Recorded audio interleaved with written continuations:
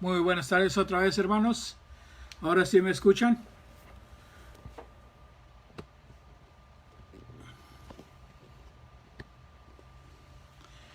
Muy bien. Vamos a orar otra vez, hermanos. ¿Está bien con ustedes? All right. ¿Me oyes, hermano? Vamos otra vez a orar.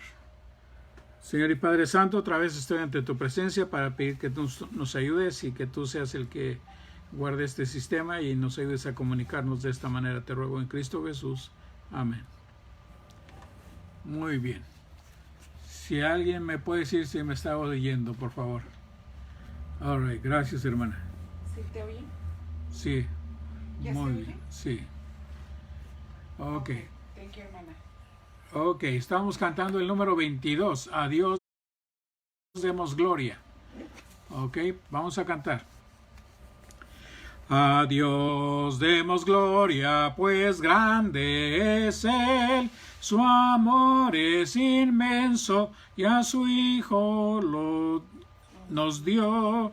Quien fue a la cruz, sufrió muerte cruel, y así de los cielos las puertas abrió. Dador al Señor, oiga el mundo su voz. Dador al Señor, nos gozamos en Dios. Vengamos al Padre y a su Hijo Jesús, y démosle gloria por su gran poder. Por darnos la vida, su sangre vertió. Jesús al creyente es promesa de Dios. El vil pecador que de veras creyó, en ese momento perdón recibió.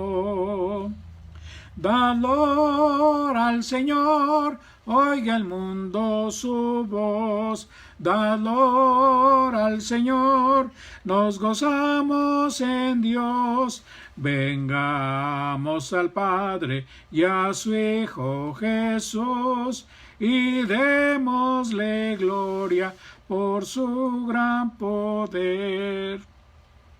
Dios es el Maestro potente hacedor, y grande es el gozo que Cristo nos da.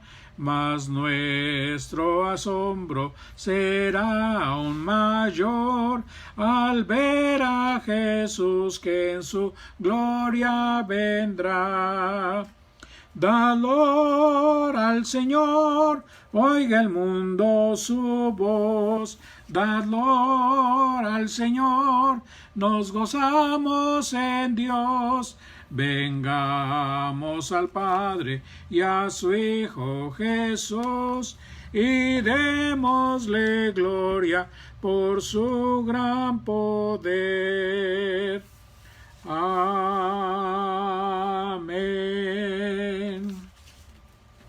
Muy bien, hermanos, con toda esta situación que hemos pasado, también les motivo de orar y darle gracias a Dios porque Él nos ayuda en los momentos difíciles, ¿verdad?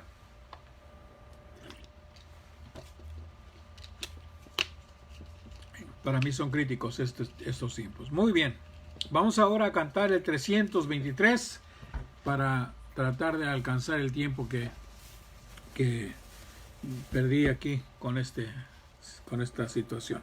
Muy bien, gracias a Dios que podemos cantar A solas al huerto yo voy, el 223, A solas al huerto yo voy. Dice así: a solas al huerto yo voy, cuando duerme aún la floresta, y en quietud y paz con Jesús estoy, oyendo absorto allí su voz. Él conmigo está, puedo oír su voz, y que suyo dice seré. y el encanto que hallo en él allí, con nadie tener podré. Tan dulce es la voz del Señor, que las aves guardan silencio, y tan solo se oye su voz de amor, que inmensa paz al alma da. Él conmigo está, puedo oír su voz, y que suyo dice seré, y el encanto que hallo en él allí, con nadie tener podré. Con él encantado yo estoy, aunque en torno llegue la noche, mas me ordena ir y escuchar, yo voy su voz doquier la pena esté. Él conmigo está, puedo oír su voz, y que suyo dice seré, y el encanto que hallo en él allí, con nadie tener podré. Amén. Amén. Quiero saludar a toda la gente del sur de América y de Centroamérica. Sé de que algunos nos están mirando, esperando que Dios sea con ustedes, que Dios los bendiga grandemente y que Dios los guarde. Nada más a manera de gratitud, también les quiero decir que estamos orando por ustedes en esta pandemia que está pasando, ¿verdad? Y esperando que el Señor sea con cada uno de ustedes y que Dios los guarde también, que Dios los proteja y si hay alguien enfermo, pues que Dios los sane. Es nuestra oración. Y también gracias a Dios por cada uno de ustedes, hermanos, que estamos comunicados por este medio, y le damos gracias a Dios que Él ha sido bueno con nosotros. Vamos a orar y que el Señor sea con nosotros. Le damos gracias a Dios porque Él siempre ha sido bueno con nosotros y ahora podemos llegar ante su presencia con gratitud. Señor y Padre, estamos intercediendo por estos lugares y aún por aquí, Padre Dios, que donde nosotros vivimos. Sabemos de las personas que han estado enfermas y también sabemos, oh Dios, de lugares que están todavía con bastante epidemia en este momento. Rogamos que tú seas el sanador. Señor, en muchas áreas nos damos cuenta de que ha habido más tristezas por la enfermedad. Y yo te ruego, Padre, que les ayudes, que les suplas sus necesidades, Señor. Sabemos que tú eres Dios fiel. Y en este momento también te ruego por nosotros, que nos permitas darte la honra y la gloria por tu bondad y tu misericordia para con nosotros. Te alabamos y te glorificamos por tu bondad y te damos la honra y la gloria por tu amor para con nosotros.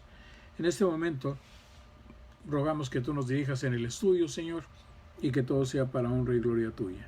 Te doy gracias otra vez porque nos permites de esta manera acercarnos ante tu presencia y decirte, Señor, gracias porque tú siempre has querido estar con nosotros.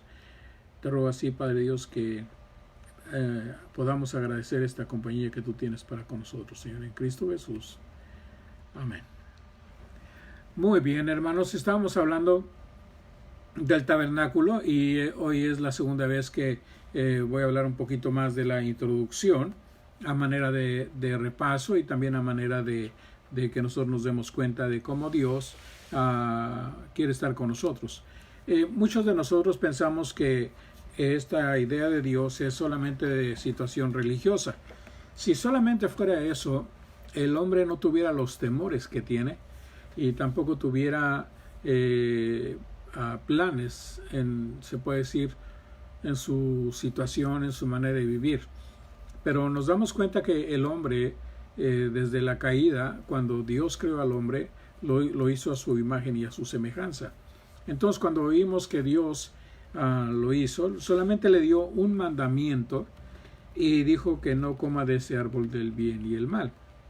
Entonces, el hombre, ¿qué es lo que hace? El hombre desobedece, ve que le conviene comer de ese árbol para saber el bien y el mal, y nos damos cuenta que ahorita no sabe el hombre distinguir el bien y el mal. Está haciendo cosas inmorales, y para él están bien. Está haciendo cosas que no agradan a Dios, para el hombre están bien. Entonces realmente lo que el enemigo de Dios hizo es que el hombre tomara la decisión propia. Es lo único que está haciendo. Entonces cuando nosotros empezamos a tomar nuestras propias decisiones, empezamos a separarnos y a hacernos nada más independientes de Dios, sino no queremos nada que ver con Dios.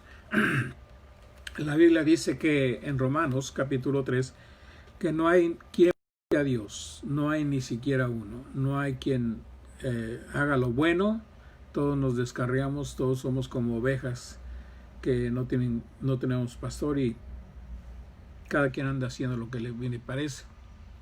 Entonces nos damos cuenta de que el hombre fracasa ante Dios. Estaba escuchando una idea de que me dio poco de risa, de que dicen que fue el que fracasó porque él no pudo detener la decisión del hombre. Y cuando escuché eso, yo dije, títeres, Dios creó personas a su imagen y a su semejanza, personas que puedan decidir por sí mismos. El problema es desde que entró el pecado, el hombre decide por sí mismo, pero sigue el pecado, sigue las cosas que están en contra de Dios. De ahí nos damos cuenta que viene la sacada de Adán y Eva del Edén. Es una manifestación de amor de parte de Dios, aunque muchos no lo acepten así. Es porque Dios no los condenó inmediatamente. Ahora, la muerte empieza a darse cuenta o empieza a surgir cuando deja de ver la comunión. Después nos damos cuenta de que Dios trata con el hombre y manda diferentes personas y nadie hace caso hasta que llega con Noé. Y ya entonces con Noé otra vez nos damos cuenta que el hombre hacía lo incorrecto ante los ojos de Dios. El hombre es pecaminoso y hasta que dijo Dios, ya no voy a estar argumentando con el hombre, ya no voy a pelear con el hombre. Entonces él pensó en rehacer todo otra vez nuevamente, pero otra vez vemos su misericordia. Dios destruyó el mundo con agua, o sea, todo ser viviente, animales y todo. Pero nos damos cuenta que Dios preservó la vida de Noé y su familia. Y entonces aún familiares de Noé tuvieron que morir ahí. No se menciona más que su familia que fueron salvos, se puede decir. Y es un ejemplo de lo que Dios quiere hacer, salvar al hombre. Pero nos damos cuenta que también dijo Dios que así serán los últimos días, como en los días de Noé. Entonces nos estamos dando cuenta que eso está otra vez ocurriendo. Después de ahí, otra vez se vuelve el hombre a corromper y entonces nos damos cuenta de que sale Abraham en el capítulo 12 de Génesis y le hace la promesa con pacto. Una es condicional y la otra es ya establecida. Él dice, de tu simiente saldrá el Redentor, y esa ya está establecida. Esa, desde Génesis 3:15 ya Dios lo tenía planeado. Pero luego hay una condicional: al que te bendijere, le bendeciré, y al que te maldijere, le maldeciré. Entonces nos damos cuenta de que Dios ya traza esa manera de vida, y de ahí nos damos cuenta que viene Abraham y luego Isaac y luego Jacob, que es de donde vinieron las 12 tribus. Entonces cuando Jacob luchó contra el ángel, fue primero una lucha de malentendido de parte de Jacob, porque él quería darse cuenta si el ángel estaba en favor de él o en contra de él, y el ángel le contestó que él solamente era un ángel que pertenecía al Señor, y Jacob quiere luchar hasta que se da cuenta que es el mismo Señor, y entonces le dice: no te voy a dejar ir hasta que no me bendigas. Y ya cuando le bendice el Señor, nos damos cuenta que le suelta el muslo de su pierna, y entonces ya empieza a cojear, y entonces se conoce así. Después de ahí vinieron las 12 tribus que nosotros conocemos. Estas las pueden encontrar en Génesis, y luego empieza la historia que nosotros conocemos de Moisés. Y el último que nos damos cuenta que estaba que vio la promesa de Dios fue José. Entonces José, cuando estaba en Egipto, él fue el que ayudó a reconstruir el territorio de Egipto y también de Jacob, su abuelo, se puede decir. Y entonces nos damos cuenta de que él está ayudándoles, no los saca del hambre, y entonces él se lleva la familia de él a Egipto, y ahí es donde él muere. Pero antes de morir, él les dijo al pueblo de Israel: cuando yo me muera, no quiero que me dejen aquí, quiero que cuando ustedes salgan de Egipto se lleven mis huesos. Y entonces cuando nos damos cuenta, en Moisés viene y es el redentor, se puede decir, del pueblo de Israel, y él mata a un soldado egipcio, y entonces después trata de traer la paz entre dos hebreos, y entonces le preguntan: ¿quién te puso a ti de juez de nosotros? Y nos damos cuenta que Moisés era tartamudo, y su hermano Aarón fue el que le ayudó a llevar a cabo el mensaje de Dios al pueblo de Israel. También nos damos cuenta de que el momento en que estaban para cruzar el Mar Rojo, tuvieron unas plagas, 10 plagas antes, mucho antes, de cuando estaban en Egipto. Dios ataca al pueblo de Israel, al pueblo egipcio, para liberar a Israel. Y entonces nos damos cuenta de que cada una de las plagas representa un dios de los egipcios. La sangre, los moscos, los piojos, todo eso, el granizo, el fuego, todo eso era una representación del dios de los egipcios. Y lo que Dios estaba demostrando, que Dios es más poderoso que los dioses de egipcios, siendo que no son dioses, pero eran ilusiones del hombre. Y entonces los libera al final con la muerte de los primogénitos. Y esto de la muerte de los primogénitos trae el símbolo de la Pascua, que es la muerte del Cordero, que después sería también nuestro Señor Jesucristo, el Cordero de Dios que quita el pecado del mundo y nos cubre no nada más de todo pecado, sino que nos limpia de todo pecado y de toda maldad. Entonces, cuando ellos salen, nos damos cuenta que están para cruzar el Mar Rojo, y en el cruce del Mar Rojo el pueblo de Israel se desespera y empiezan otra vez a quejarse contra Dios, y empiezan a decir: ¿por qué nos sacaste para morir a este lugar? Y cuánto. Entonces, ya libertados, ya fuera del peligro, llegan a este lugar que se llama el Monte Sinaí, donde el pueblo descansa por un momento, pero también ahí es donde Dios les habla al pueblo de Israel. Y nos damos cuenta de que Dios le dice al pueblo quién es Dios, y él les dice que Él es Jehová y no hay otro Dios como Él.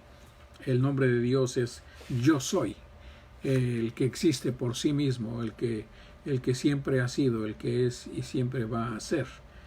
Entonces nos damos cuenta que ya cuando están en el monte Sinaí, todo este periodo, llevan los huesos de José también con ellos, hasta que después de que se establecen ya los huesos de José también los dejan ahí. Ahora, cuando Dios habla con Moisés, Dios le atrae con esta zarza que está ardiendo, y nos damos cuenta que Dios está viendo la tribulación del pueblo de Israel. Y Dios le manda a Moisés y le dice: ve y libera a mi pueblo. Moisés no quería, le dijo que era tartamudo, que era falto de palabras. Entonces le manda a su hermano Aarón, es el hermano mayor de él, y también él es el que Moisés todavía le iba a decir el mensaje a Aarón, y Aarón es el que lo iba a traer a Faraón, el mensaje. Entonces Aarón murió en el monte Hor cuando tenía 123 años, y luego también nos damos cuenta de su hermana María, que en un momento se burló de Moisés también, después de todo lo que habían pasado. Dice la palabra que ella fue como una persona que venía a ser líder del pueblo, y también junto con Aarón, y también ella fue una persona que se puso en contra junto con algunas partes del pueblo por causa de que se tardó y cuánto, entonces ella murió también antes de llegar a la tierra prometida. Entonces, una persona que le ayudó a Moisés fue Josué, que es una persona importante también, y él fue el que, se puede decir, culminó el cruce del mar para ellos recibir la tierra prometida, y entonces Josué es el que le reparte a las 12 tribus su territorio. Entonces nos damos cuenta que en este ingreso de la tierra prometida, Moisés se quedó del otro lado, él no entró a la tierra prometida, pero Josué fue su emisario, se puede decir, el que terminó su jornada, y muere también después Josué. Entonces el faraón, nos damos cuenta que fue el rey de Egipcio o el superior de Egipcio, y uno de los grandes problemas que hay es de que en esos tiempos y en esas regiones, los jefes de las familias son considerados también dioses.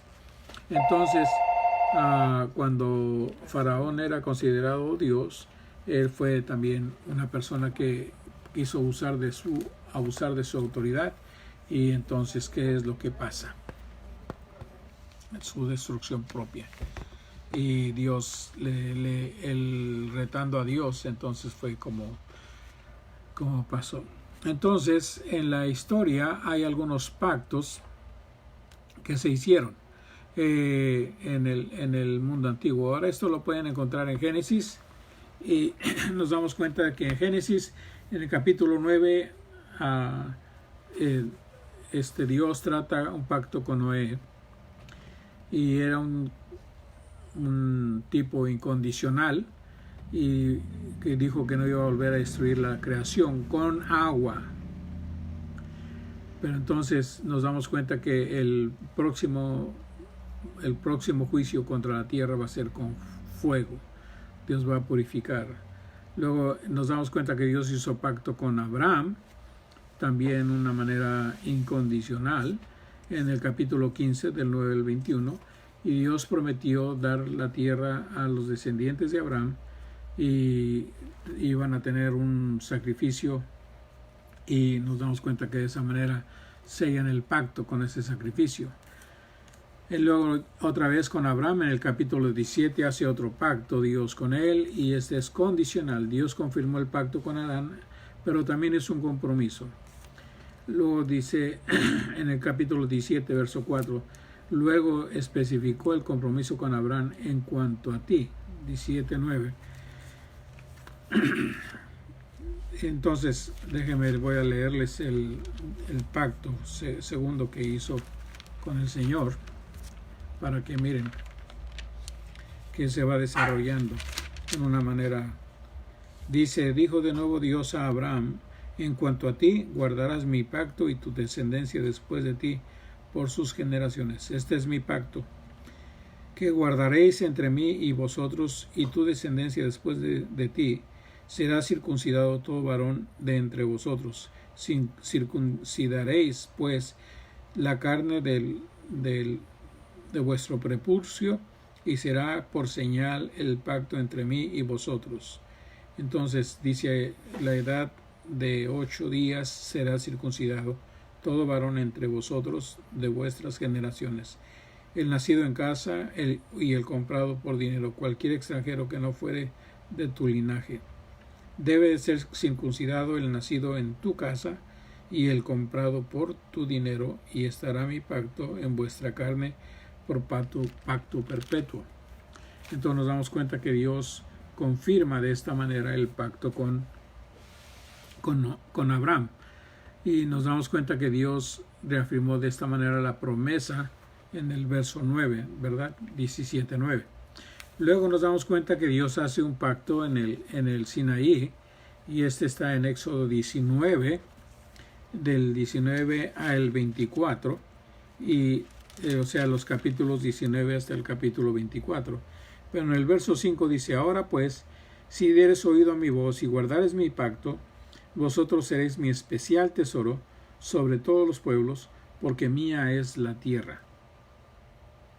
Entonces Dios le está hablando al pueblo de Israel y les hace ver que cada uno de ellos puede ser una manera de pertenencia especial, mi especial tesoro. Ustedes van a ser mi especial tesoro. Pero nos damos cuenta que lo condicional es si guardares o si dieres oído y guardares mi pacto. Entonces Dios quiere que uno oiga, obedezca y ponga en acción lo que está haciendo. No nada más se trata de que voy a oír la palabra de Dios y se acabó. Y esto está sucediendo en nuestro tiempo. Mucha gente está oyendo la voz de Dios y se le olvida. Se va a su casa y ya no pasó a más. Eso es lo que Dios no quiere. Dios quiere que nosotros seamos personas que ponemos atención a la palabra de Dios, la queremos aprender y la queremos practicar. Entonces, en Números capítulo 25 hay un pacto incondicional. Y ese capítulo 25, verso 13 de Números, es algo que quisiera que viéramos.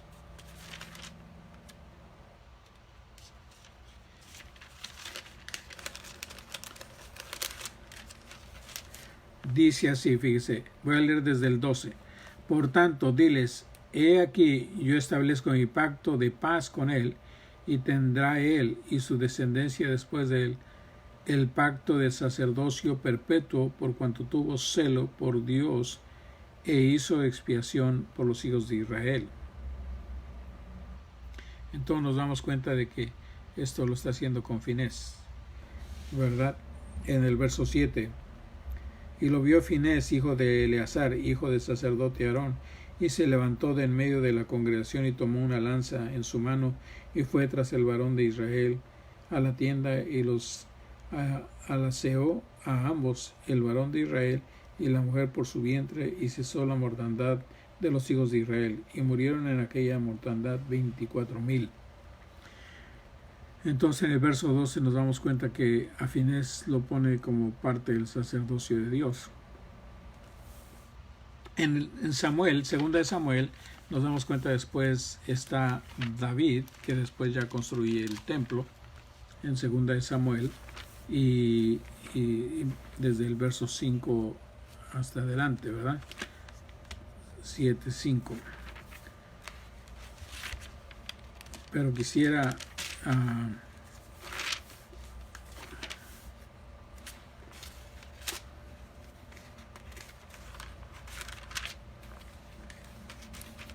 en el verso 11, 2 Samuel 7:11, dice, desde el día en que puse jueces sobre mi pueblo Israel, a ti te daré descanso de todos tus enemigos. Asimismo Jehová hace saber que él te hará casa. Y cuando tus días sean cumplidos y duermas con tus padres, no levantaré después de ti uno de tu linaje, el cual procederá de tus entrañas, y afirmaré su reino. Entonces este es el pacto con David, ¿verdad? Que Dios hace. Y entonces nos damos cuenta de que hay un nuevo pacto en Jeremías 31. Y Dios declara que Él hará un nuevo pacto con la casa de Israel y estableceré una relación con su pueblo y escribir su ley en sus corazones. Y esto nos damos cuenta de que es el nuevo pacto que se puede decir hizo con el hombre en general. Dice la palabra que Él nos hará pueblo santo y nosotros seremos su pueblo y nosotros seremos cambiados de un corazón de piedra a un corazón de carne y escribirá su ley sobre nosotros. En el capítulo 31, verso 31 de Jeremías dice, he aquí que vienen días, dice Jehová, en los cuales haré nuevo pacto en la casa de Israel y con la casa de Judá, y no como el pacto que hice con sus padres el día que tomé su mano para sacarlos de la tierra de Egipto, porque ellos invalidaron mi pacto, aunque fui yo marido para ellos, dice Jehová. Entonces nos damos cuenta de que Dios hace pactos constantemente con el hombre con el fin de tener una buena relación, una buena comunión con el hombre. Y el hombre es algo que no ha alcanzado a establecer. Entonces, nos damos cuenta que ya estando en el monte Sinaí, hay bastante, se puede decir, bastante que decir, y nos damos cuenta de cómo el hombre es pecador por naturaleza. Entonces, los israelitas tuvieron que recorrer todo el monte Sinaí, toda la península, todo lo que estaba ahí alrededor, y ellos escuchaban la voz de Dios, y ellos en una manera buscaban de esta manera el saber que Dios estaba ahí, pero solamente mandaban a Moisés a que él hablara, y ellos no querían hablar con Jehová, les daba miedo. Entonces, cada uno de nosotros nos damos cuenta de que el pueblo de esta manera también podía decirse que era un pueblo rebelde y solamente querían lo que les convenía, ¿verdad? Entonces, ¿qué es lo que hace Dios? Dios hace de este pueblo un pueblo nómada, y entonces este pueblo nómada empieza a moverse con el pueblo de Israel, y este pueblo nómada empieza a andar vuelta y vuelta, y nos damos cuenta que anduvieron por 40 años en el desierto, lo que podían haber hecho en unas pocas semanas por la rebeldía del pueblo y del pecado. Duraron 40 años, toda una generación, se puede decir, murió. Entonces, nos damos cuenta del tabernáculo, que es en una manera una tienda, es una casa de campaña, pero no es cualquier casa de campaña, no era para diversión, era para adoración a Jehová. Y esta nos vamos a dar cuenta cómo tiene su importancia en una manera tan grande, y nos damos cuenta que nuestro Señor Jesucristo, cuando Él se hizo hombre, dice la palabra del Señor, que Él, se puede decir, hizo tabernáculo entre nosotros. En Juan capítulo 1, verso 14. Entonces nos damos cuenta que el tabernáculo es el lugar donde Dios reside y vive. Entonces, realmente no se sabe en una manera exacta dónde está el monte Sinaí. Se cree que Sinaí está entre el Mar Rojo, y hay una península, se puede decir ahí, que está el mar Mediterráneo al norte, y del lado izquierdo de donde ve uno el África, se puede decir, o por ahí está Egipto, y también está Madián, y también nos damos cuenta cómo está en una parte del sur, en la parte sur está el monte Sinaí. Pero ese es un pensamiento nada más. Como digo, hay un sinfín de ideas en esto, pero exactamente ahorita ya se ha dicho que el monte Sinaí es un lugar donde ya no se alcanza a determinar exactamente dónde está. Entonces, ¿por qué es importante el tabernáculo? Los israelitas tenían la comunión con Dios por medio del tabernáculo. O sea, tenían que tener un sacerdote, y nos damos cuenta que fue Aarón el que empezó a hacer las funciones de ser sacerdote, y él era el que acercaba al pueblo a Dios. Entonces, la función del sacerdote era llevar un sacrificio para traer la paz con Dios. Esta paz es por causa del pecado. Entonces, Dios puso una serie enorme de sacrificios diferentes. Esto los pueden leer en Números y en Levíticos.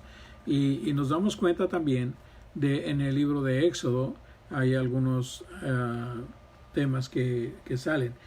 Por ejemplo, desde el Éxodo capítulo 25 en adelante se empieza a hablar del tabernáculo.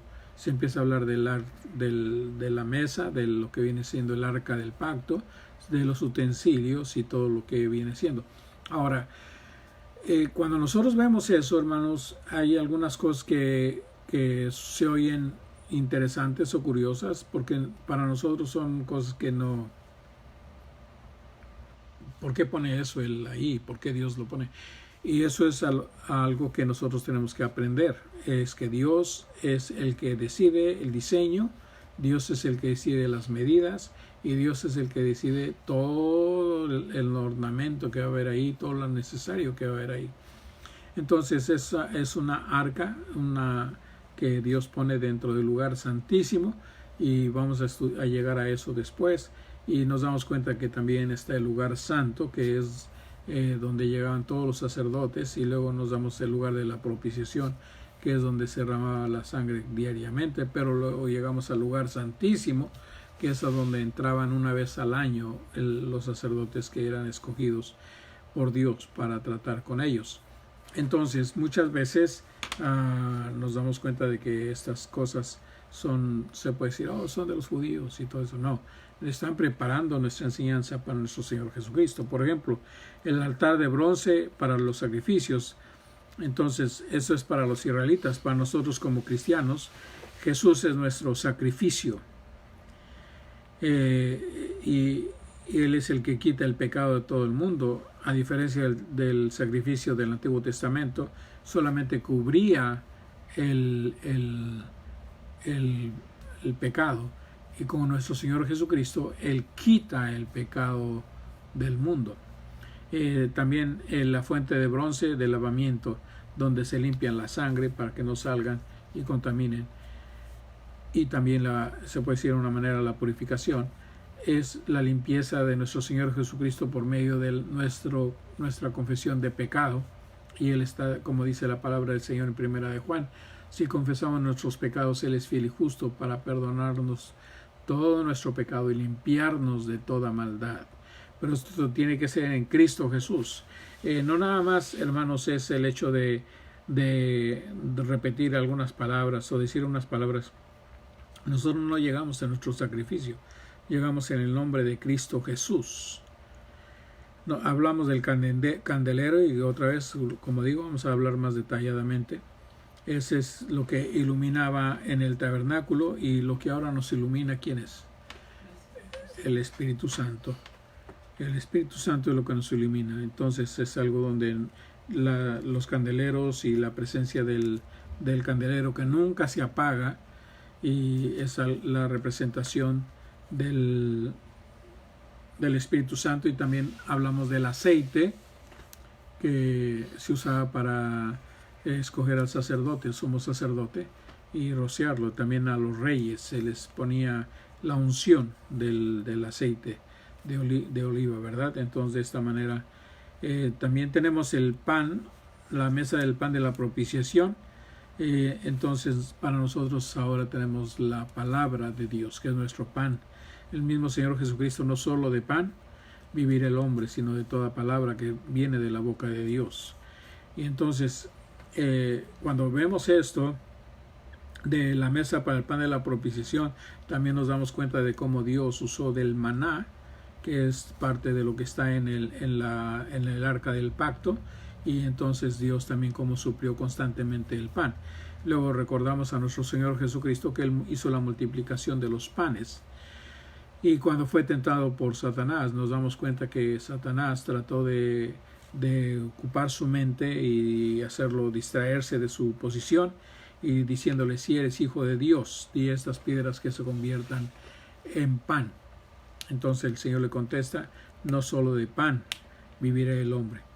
Luego vemos el altar del incienso, que es donde es algo muy interesante, porque se balanceaba esta parte del incienso, y nos damos cuenta que esta es la oración y la comunicación nosotros con Dios, la intercesión, y esto lo hacemos por medio del Espíritu Santo también, pero otra vez lo hacemos en el nombre de Cristo. No nada más es otra vez llegar con nuestras oraciones, amén, y ya nos vamos. No, en el nombre de Cristo Jesús. Ahora, alguien preguntó que por qué siempre tenemos que orar en el nombre de Cristo Jesús. Porque para nosotros entrar al lugar santísimo necesitamos un sacrificio santísimo también. Y necesitamos la intervención del sumo sacerdote. Y Cristo es nuestro sumo sacerdote. Cristo es nuestro sacrificio perfecto. Y Cristo es el que nos limpió con su sangre bendita. Entonces, eso nos lleva ante la presencia de Dios en una manera directa a nuestro Padre Celestial. Y nuestras oraciones de esta manera también el Señor las acepta porque tienen el nombre o el sello del Espíritu Santo en el nombre de Cristo Jesús. Entonces, cuando otra vez llegamos a ver lo que es el lugar del Santísimo, y el sacerdote ya no estaba con esa cortina y que le impedía ver la presencia de Dios o estar delante de Dios cara a cara, se puede decir, y entonces el lugar se llena de humo, y esto era para proteger a los sacerdotes y para que la gloria de Dios no llegara en una manera absoluta, pero se siente la gloria que se llama la gloria Shekinah de nuestro Padre Celestial, la presencia de Dios y protegiendo a su sacerdote. Y entonces ahora nosotros llegamos a la presencia de Dios directamente en el nombre de Cristo Jesús, desde que el templo, dice la palabra del Señor, cuando Cristo fue crucificado, se rasgó el templo de arriba hacia abajo. Se rasgó la cortina del templo en el lugar santísimo, donde ahora nosotros podemos llegar directamente, como dice la palabra del Señor en Hebreos, acerquémonos confiadamente ante el trono de la gracia de nuestro Padre Celestial. Y también vamos a hablar un poquito acerca de los sacerdotes y sus vestiduras. Ahora ellos estaban sirviendo al pueblo para interceder por el pueblo, para pedir por el pecado del pueblo y sacrificar por el pecado del pueblo para que Dios calme su enojo, calme su ira. Entonces nosotros tenemos la oportunidad de servir a la iglesia, ¿verdad? Y podemos ahora también nosotros darnos cuenta que nosotros somos sacerdotes de Dios. Y es algo que muchos de nosotros no tomamos en serio, porque tenemos un concepto de sacerdocio como que no es bíblico, y que entonces cuando nosotros nos damos cuenta que nosotros tenemos, como por ejemplo padres de familia, tenemos la responsabilidad de ser sacerdotes de nuestros hogares, es algo que es muy importante, y cada uno de nosotros debemos de pensar en eso muy seriamente, ¿verdad? En cuanto a esto. Entonces es un servicio para la demás gente cuando intercedemos por ellos, cuando llegamos a cada uno de nosotros a pedirle a Dios por el pecado de nuestros hijos. El que nos enseña esto, si ponen atención en la lectura, Job lo hacía todos los días, dice, por si alguno de mis hijos hubiera pecado. Él hacía su trabajo sacerdotal. Ahora, todo esto, ¿por qué es importante? Porque hoy Dios habita en nosotros como creyentes. En 1 Corintios 6:19 dice: también la santa presencia de Dios está entre nosotros. Y nos damos cuenta de la presencia de Dios en Éxodo 40 y cómo Él sigue siendo presente en nuestras vidas. Dice la Biblia, el nombre de nuestro Señor Jesucristo es Emmanuel, que es Dios con nosotros. Y como creyentes somos partes de ese sacerdocio que estaba mencionando hace rato. Entonces, eso es una responsabilidad muy fuerte, y si Dios permite, la vamos a tocar el domingo un poquito, ¿verdad? Y por último, el tabernáculo muestra el modelo de adoración puesto por Dios, preparado por Dios. Eso está en Hebreos 10, del 19 al 25. Ahora, aquí voy a decir algo. Mucha gente está acostumbrada a crear su propio sistema de adoración. Es algo que yo voy a adorar a Dios, y algunos ni se preparan, y a la mera hora que dicen, bueno, voy a adorar a Dios, ¿verdad? Lo que voy a hacer es para la gloria de Dios. No, Dios exige perfección, y en el tabernáculo nos vamos a dar cuenta de esto, tanto en las medidas como los colores, como los diseños. Él dice, así los quiero. Él no está diciendo a ver cómo salen, no, Él está diciendo, así los quiero. Entonces yo ruego que pongan ustedes atención a ello. Ahora, si quieren ustedes empezar a leer un poquito de lo que es el tabernáculo, pueden leer desde Éxodo capítulo 25 en adelante, y van a ver cómo se va a ir detallando poco a poco esto del tabernáculo, y nos vamos a dar cuenta de todo lo que el Señor hace con nosotros.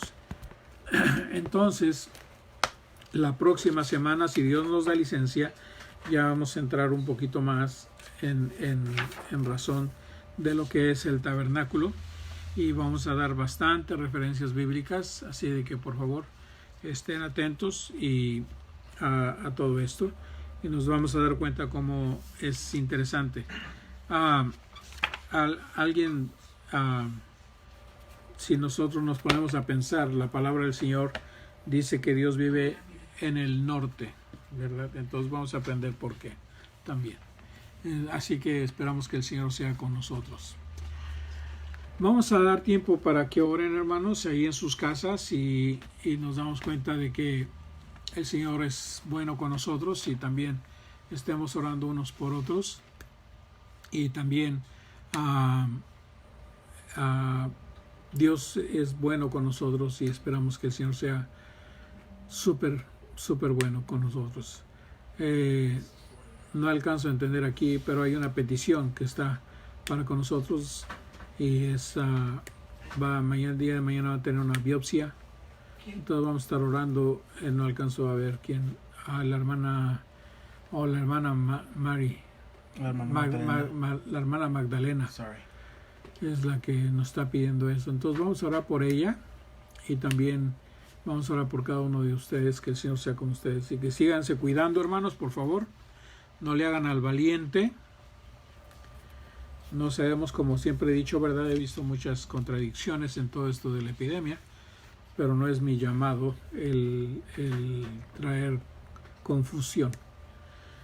Pero no estemos orando y, como digo, no le hagamos al valiente. Otra vez saludamos a toda la gente de Centroamérica, en México y también a el Suramérica. Le damos gracias a cada uno de ustedes que se conectan. Espero que Dios sea con ustedes y espero que, como empezamos el día de hoy, no haya sido impedimento para que se conecten otra vez. Así que Dios los bendiga y nos vemos el día domingo en la mañana a las 11. Que la paz de Dios sea con cada uno de ustedes. Amén. Vamos a orar. Padre, estoy ante tu presencia y te doy gracias por tu amor y tu gracia. También gracias por tu manera de manifestarte en nuestro vivir y gracias por ese deseo de estar en comunión directa con nosotros. Padre Santo, hemos estado hablando solamente de la preparación, lo que nos llevó a este tabernáculo y el ruego de mi corazón, Señor, es que nos permita sabiduría para poner atención a nuestra relación contigo y también ver ese deseo enorme que tienes de estar en buena comunión con nosotros. Alabado sea tu nombre, Señor, y te ruego, Padre, que bendigas a nuestra hermana Magdalena en lo que va a ser el día de mañana, Señor, con este examen que le van a hacer, que tú les des sabiduría a los médicos y que puedan de esta manera también determinar correctamente lo que se tiene que hacer. Y te ruego, Padre, que así nos tomes a cada uno de nosotros en tus manos. Señor, te ruego por los que van a orar ahorita en este tiempo en sus hogares, que tú les des sabiduría para llegar ante tu presencia, pero también que puedan estar en confianza de que tú les vas a contestar de acuerdo a tu misericordia, Señor. Alabado sea tu nombre en Cristo Jesús. Amén. Amén. Que Dios les bendiga, hermanos, y que Dios les bendiga y que Dios le bendiga, hermana Magdalena. Que Dios le bendiga mucho. Que Dios los guarde, hermanos. Bye.